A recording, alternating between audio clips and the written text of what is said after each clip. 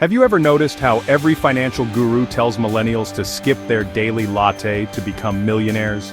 As if giving up a $5 coffee is going to somehow cancel out $50,000 of student loans and the rent that's higher than your parents' first mortgage.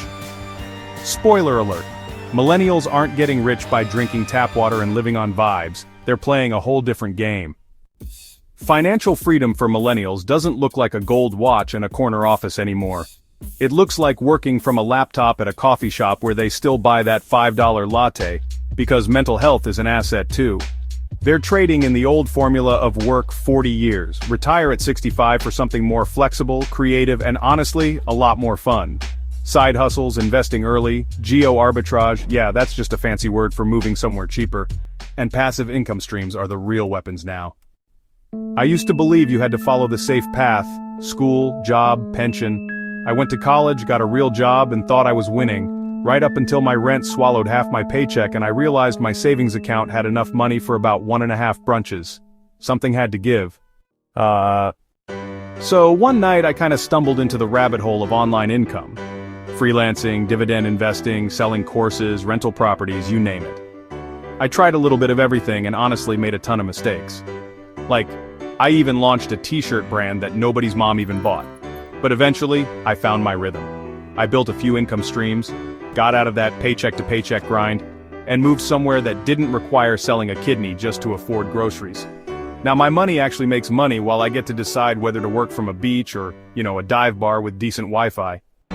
Financial freedom isn't about being born rich or making that one lucky crypto bet. It's really about stacking those small wins, earning a little extra, saving a little smarter, investing a little earlier. Millennials, we're pretty scrappy. We figured out how to live in tiny apartments with like 12 roommates, Venmo split a $14 salad, and turn a TikTok side hustle into a full-time gig. Financial freedom?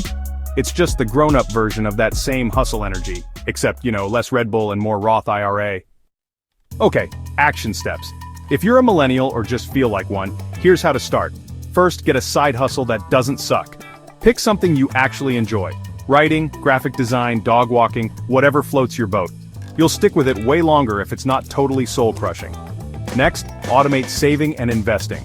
Set up automatic transfers to your savings and investment accounts, because if you wait until later, you'll probably spend it on a panic-fueled target run. Then invest early, even if it's tiny. $50 in a high-growth ETF today beats $500 5 years from now.